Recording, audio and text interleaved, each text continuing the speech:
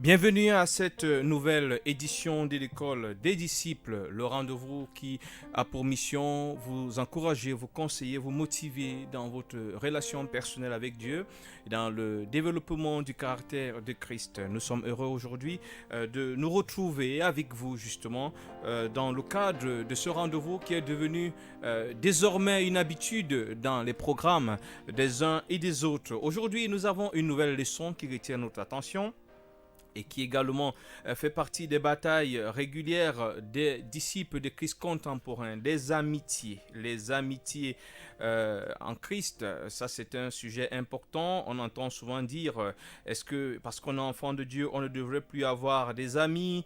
Est-ce qu'il faudrait seulement avoir des amis chrétiens? Nous allons essayer un peu rapidement d'aborder la question de manière tout aussi pratique comme à notre habitude, dans l'espoir que le Saint-Esprit puisse éclairer chacun et permettre à chacun de prendre des décisions conséquentes quant à cet aspect. Donc, les amitiés en Christ, voilà le sujet qui nous rassemble aujourd'hui et nous voulons lire notre premier verset, qui est 1 Corinthiens, chapitre 15 et le verset 33.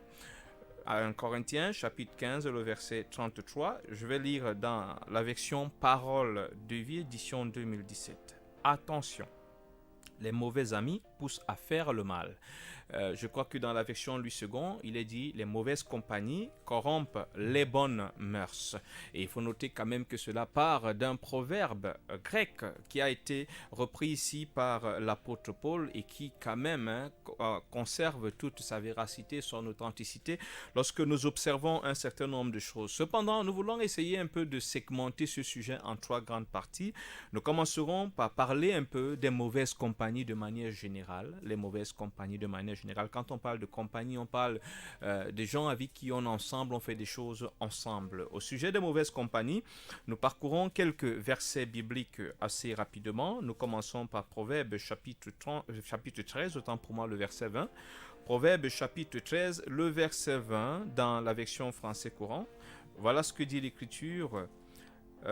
À fréquenter les sages, on gagne en sagesse, mais la compagnie des sots amène le malheur. À fréquenter les sages, on gagne en sagesse, mais la compagnie des sots, dans d'autres versions, la compagnie des insensés, dans d'autres versions, la compagnie des fous, amène le malheur. Ce que nous apprenons de ce verset, c'est que les mauvaises compagnies vont forcément déboucher à des malheurs dans la vie de ceux qui justement les embrassent. Ce qui déjà d'entrée de jeu nous interpelle sur l'importance de filtrer un peu ceux avec qui on passe du temps, ceux avec qui on évolue, ceux avec qui on marche. Parce qu'il faut comprendre que quand vous avez choisi, vous avez fait de mauvaises amitiés, ces mauvaises amitiés n'apporteront que malheur dans votre vie. Et nous continuons. Notre deuxième verset est dans Proverbe toujours, chapitre 1, verset 10 à 15. Proverbe chapitre 1, verset 10 à 15, dans l'édition Parole de vie, toujours édition 2017.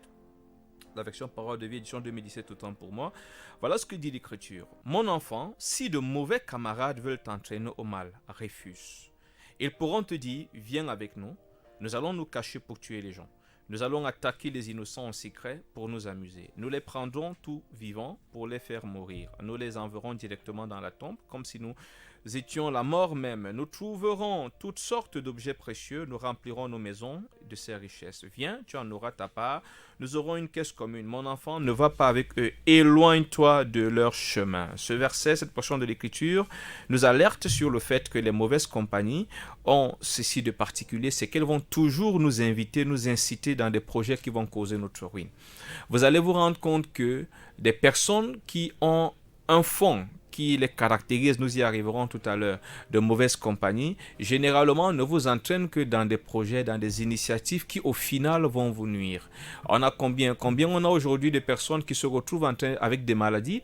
Je vais profiter pour conter l'histoire de cette sœur qui, ayant des problèmes, s'est tournée vers des gens qu'elle appelait amis. Une de ses amies l'aurait orientée vers un Sénégalais, et avec justement celui-là, apparemment il était voyant ou quelque chose de ce ce genre. Elle a reçu le conseil du monsieur de faire un certain nombre de choses. Après avoir fait ces choses-là, cette sœur en Christ a commencé à voir des serpents partout, à sentir des serpents défiler partout sur son corps, dans son sexe, et sa vie est devenue un véritable calvaire. Même quand elle était avec quelqu'un, ce qu'elle voyait, c'était le serpent. Vous avez beau lui faire comprendre, voilà par exemple ce qu'une amitié a poussé à faire, mais il faut comprendre, c'est que l'autre ne peut pas vous conseiller différemment de sa nature profonde. Donc, c'est la nature profonde de votre ami qui va influencer vos rapports. C'est pour ça que c'est très important de s'intéresser au fond des gens avec qui vous marchez. S'ils ont un fond mauvais, ils ne peuvent pas vous inviter, vous inciter, vous conduire dans des projets nobles. Ils vous conduiront dans des initiatives qui sont justement teintées de ce qui fait leur identité profonde. Et là, il faudrait justement que nous fassions attention. Des mauvaises compagnies vont vous inviter dans des projets qui vont causer votre ruine, parce que c'est en fonction de cela. Combien de fois avons-nous vu des gens aujourd'hui, parce qu'ils sont par exemple dans la cigarette, lorsque vous êtes dérangé, ils vous proposent une cigarette. C'est ce qu'ils sont.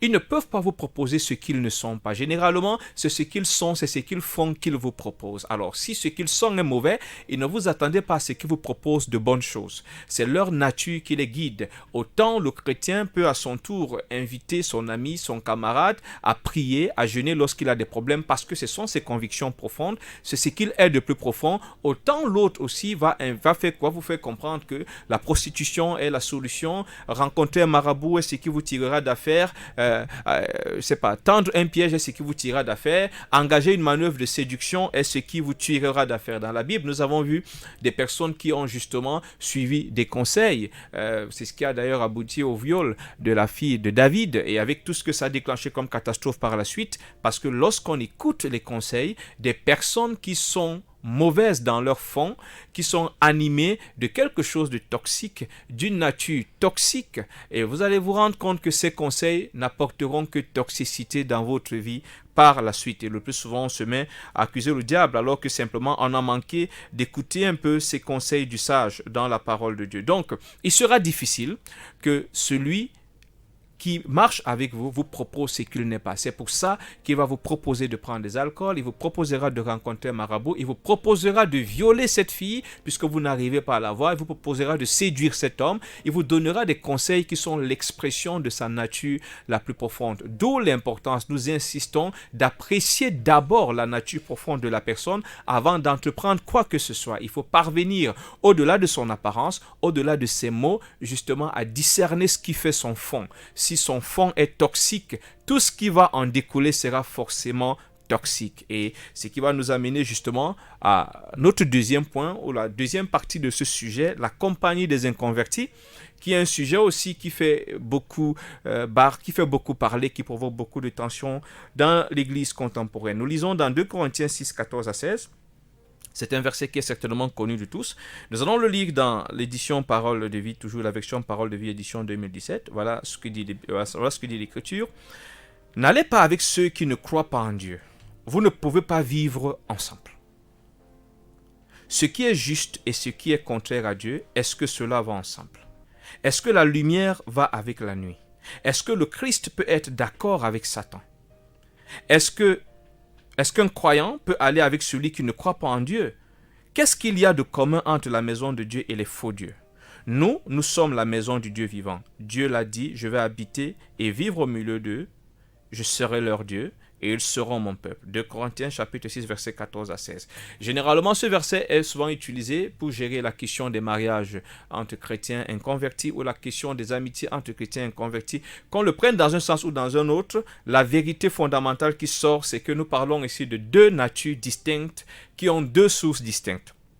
L'enfant de Dieu a sa source Dieu, les valeurs, les principes de Dieu. Celui qui n'a pas Dieu est animé par cette nature pécheresse qui est naturelle, si on peut dire, qui est innée, si on peut le dire comme ça, et qui à son tour est alimenté par le diable et toutes ses idées et toutes ses idéologies. Ces deux personnes, aujourd'hui, qu'on est en train de voir, chacune va agir selon ce qui travaille sa vie, selon ce qui travaille sa nature profonde. Et en ce moment, ça devient difficile. Si on prend le contexte du mariage, chers disciples de Christ, Je vais prendre un cas simple. C'est un peu comme ça que je propose souvent la solution aux bien-aimés. Alors, imaginez que, voilà, au nom de l'amour, au nom de ci ou ça, vous épousez quelqu'un qui ne soit pas converti, c'est-à-dire qui n'adhère pas justement aux valeurs de Dieu, les mêmes valeurs que vous avez, la même vision de Dieu que vous avez. Et vous vous rendez compte que c'est vrai, vous vous aimez, mais il va falloir, ce sont des situations qui vont commencer justement à puiser, à bousculer les profondeurs de votre fondation. Alors, vous allez vous retrouver par exemple que lorsque votre enfant est malade, votre parti inconverti, lui, il sait qu'il faut aller faire les traditions, il sait qu'il faut aller faire les offrandes aux esprits des eaux, parce que c'est sa culture, parce que c'est dans cela qu'il a grandi, parce que c'est ce qui travaille sa vie. Vous estimez qu'il faut prier, il faut jeûner, ou alors il faut aller voir le pasteur, il faut aller voir l'évêque ou le prophète. Voilà des tensions inutiles qui commencent et qui auraient pu être évitées si vous aviez déjà compris d'avance qu'il s'agit là de deux mondes différents, de deux natures différentes, ou si vous voulez, de deux enfants différents provenant de deux mondes différents. Même si les sentiments s'en mêlent, ce n'est pas une base assez solide pour engager un projet qui vous occupera jusqu'à la fin de vos jours. Ça, c'est l'aspect, par exemple, mariage. Si nous reprenons ce verset. N'allez pas avec ceux qui ne croient pas en Dieu.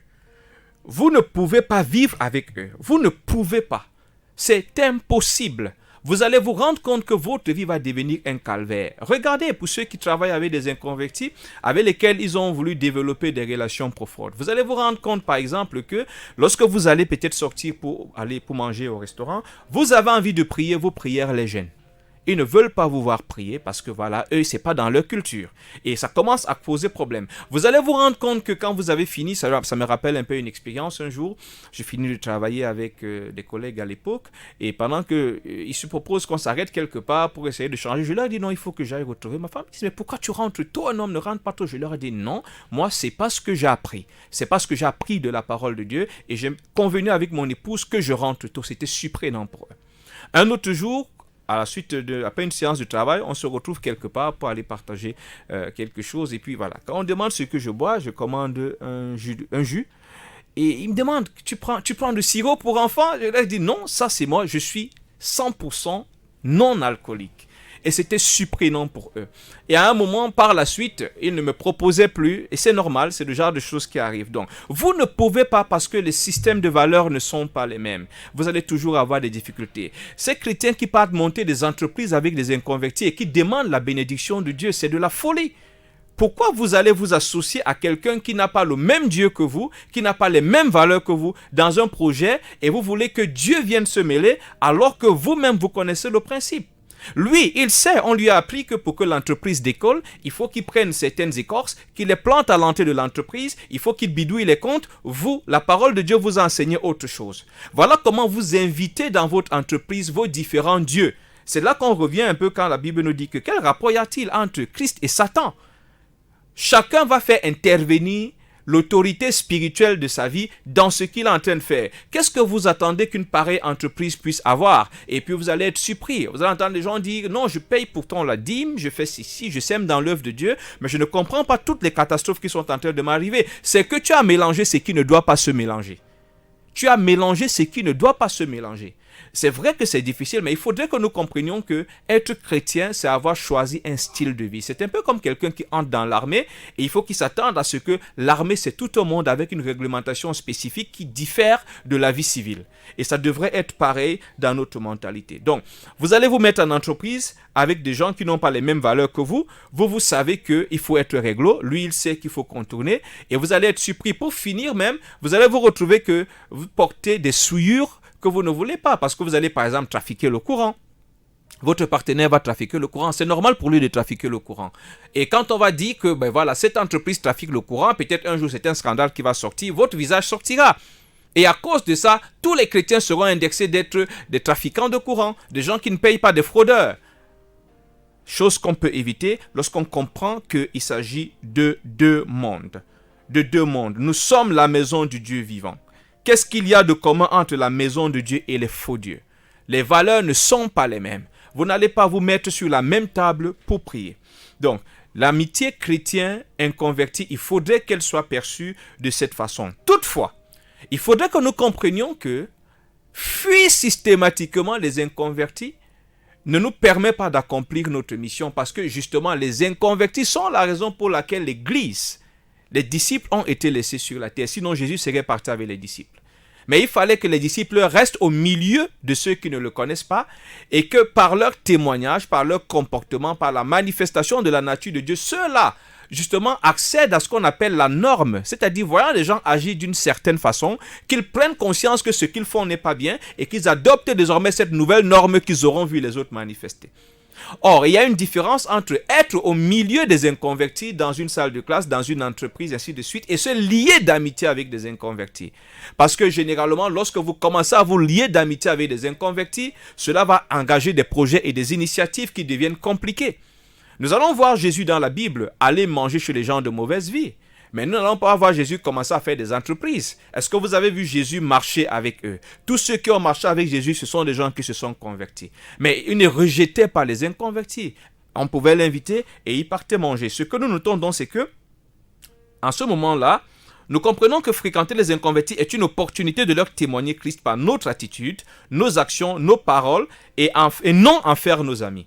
Voilà l'esprit qui doit nous animer quand nous nous trouvons au milieu des inconvertis. Lorsque la vision de leur présenter Christ, de manifester Christ n'est pas le fondement de nos relations avec eux, il faut systématiquement arrêter. On va se retrouver sous un joug étranger. On va se retrouver dans un effet d'entraînement. Et beaucoup se sont retrouvés dans cette situation. Il y a cette histoire, je l'évoquais tout à l'heure, mais on va lire pour bien illustrer. Matthieu chapitre 9, versets 10 à 12. Dans la version Parole de vie, édition 2017, voilà ce que dit l'Écriture. Ensuite, Jésus prend un repas dans la maison de Matthieu. Beaucoup d'employés des impôts et des pécheurs viennent manger avec Jésus et ses disciples. En voyant cela, les pharisiens disent aux disciples de Jésus, « Votre maître mange avec les employés des impôts et avec les pécheurs. Pourquoi donc ?» Jésus les a entendus et il dit, « Les gens en bonne santé n'ont pas besoin de médecins. Ce sont des malades qui en ont besoin. » Et ici, vous voyez que dans ces dernières paroles, Jésus présente le motif pour lequel il se frotte à ces inconvertis. Ils ont besoin d'être guéris, ils ont besoin de la parole. Malheureusement, aujourd'hui, on va peut-être présenter le prétexte que non, c'est pour que les gens connaissent Christ, alors qu'au fond, le sous-bassement de ce qu'on est en train de faire, c'est parce qu'on va tirer quelques avantages matériels, quelques avantages financiers.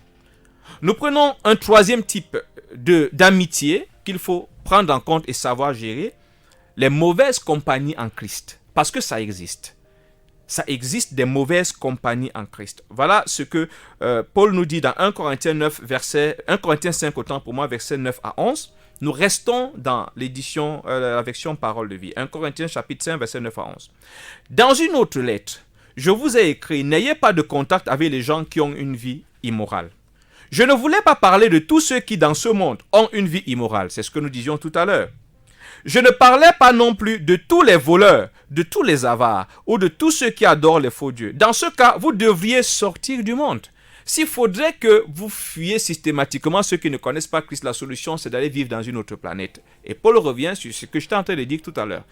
Leur présence, avec le fait que nous soyons là, c'est pour que ces personnes puissent se convertir. Maintenant, il faudrait que nous fassions attention. Maintenant, revenons. Paul évolue en disant, non, je vous ai écrit, n'ayez pas de contact avec celui qui porte le nom de chrétien et qui a une vie immorale. Je parlais du chrétien qui est voleur, ou qui adore les faux dieux, ou qui insulte les autres. Je parlais de celui qui boit trop, ou qui aime l'argent. Ne mangez même pas avec cet homme-là. Ça veut dire que ce n'est pas parce que quelqu'un se fait appeler chrétien que vous devez vous lier d'amitié avec lui. Tout à l'heure, on parlait du fond au début. Quel est le fond de cette personne? Il y a en Christ des amitiés toxiques, des amitiés nuisibles, hautement nuisibles. Il est important d'avoir pour amis des personnes dont le fond vous maintient dans les valeurs de Christ. Dans les valeurs de Christ. Maintenant, Paul ici, il est un peu plus intransigeant là-dessus. Toute personne, non, je vous ai écrit, n'ayez pas de contact avec celui qui porte le nom de chrétien et qui vit une vie immorale. Je parlais du chrétien qui est voleur. Il faut faire attention ici, Paul ne dit pas que parce que le frère vient d'être coupable de vol, systématiquement tu le fuis. Non. Lorsque nous rentrons dans ce contexte, on parle de quelqu'un qui a fait du vol sa vie. On l'avertit, on le conseille, il continue.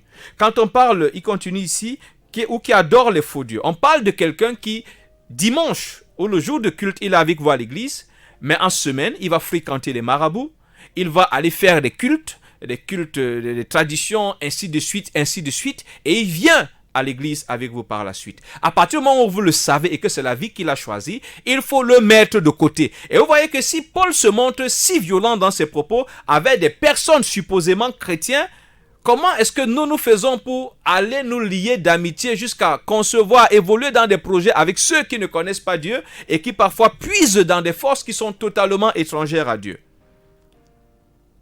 Je parlais du chrétien qui est voleur, ou qui adore les faux dieux, ou qui insulte les autres, qui est blessant. Il est toujours en train de calomnier, il est toujours en train de rabaisser. C'est pas que ça s'est produit une fois, c'est une nature chez lui. C'est son fond. Une telle personne, Paul dit, ne mangez même pas. C'est un signe de communion. Ici, qu'il s'agisse de la communion à la table du Seigneur ou du repas simple, ne communiez pas avec une pareille personne. Ne vous mettez pas avec cette personne. Cette exhortation de Paul, ici dans nos relations avec les chrétiens, et précédemment dans nos relations avec les inconvertis, met ici en exergue le caractère sacré, si on peut le dire, et saint de l'habitation que nous sommes. C'est à cause du fait que nous sommes le temple de Dieu que ce temple ne doit pas être mêlé à n'importe quoi.